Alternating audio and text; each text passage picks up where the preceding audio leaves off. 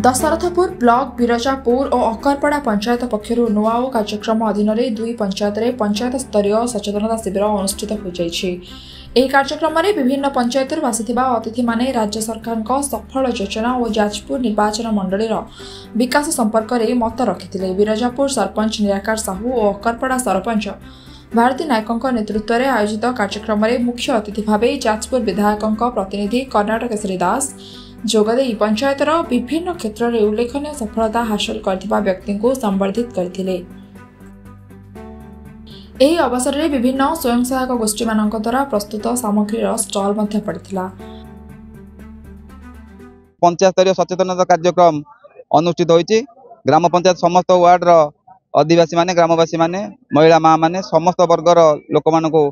एटिके निमंत्रण करा जेतला आछंती एवं राज्य सरकार जेते प्रकार योजना अछि ताकू किपरि ग्रामांचल समस्त लोक मान पर उपस्थापन करा जाय परिबो से कार्यक्रम को सफल करा जाय परिबो कार्यकारी करा जाय परिबो सेही विषय राज्य सचेतन कार्यक्रम रो मुख्य उद्देश्य आदिकंद संधि विग्रह आज आम ओडिशा नवीन ओडिशा कार्यक्रम ए कार्यक्रम आमर प्रिय मुख्यमंत्री विजु जनता दल रे कार्यक्रम लोक मानकर पाखरे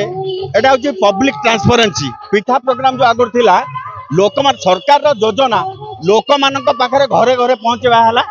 हमर एटा प्रयास सरकार नो प्रयास जो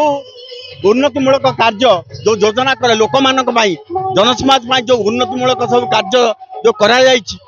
जो योजना मान लोक मानक पई अवलंबन करा से लोकों पाखरे योजना सब योजना पहुंचवारे कार्यक्रम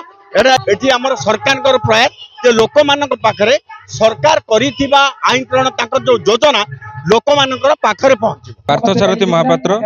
जिला परिषद जोन नंबर 4 गवर्नमेंट द्वारा होइथिबा विभिन्न प्रकार उन्नतिमूलक कार्यक्रम तथा जो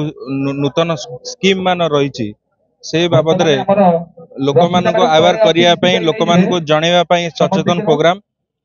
आमर प्रिय मुख्यमंत्री ओडिशा रो जो सब विकास मूलक कार्यक्रम करिसंती या सब डेवलपमेंट हेछि आम ओडिशा माटीर तथा प्रति पंचायत तो सेति पई प्रति पंचायत मानकरे आम ओडिशा नवीन ओडिशा माध्यम रे सचेतन प्रोग्राम अनुष्ठित करा जाउछि। एटा विगत दिन आरंभ हेलानी आगो मध्य चालिबो। जाजपुर रो विभूत प्रेसिडेंट का रिपोर्ट सनस्टार टीवी।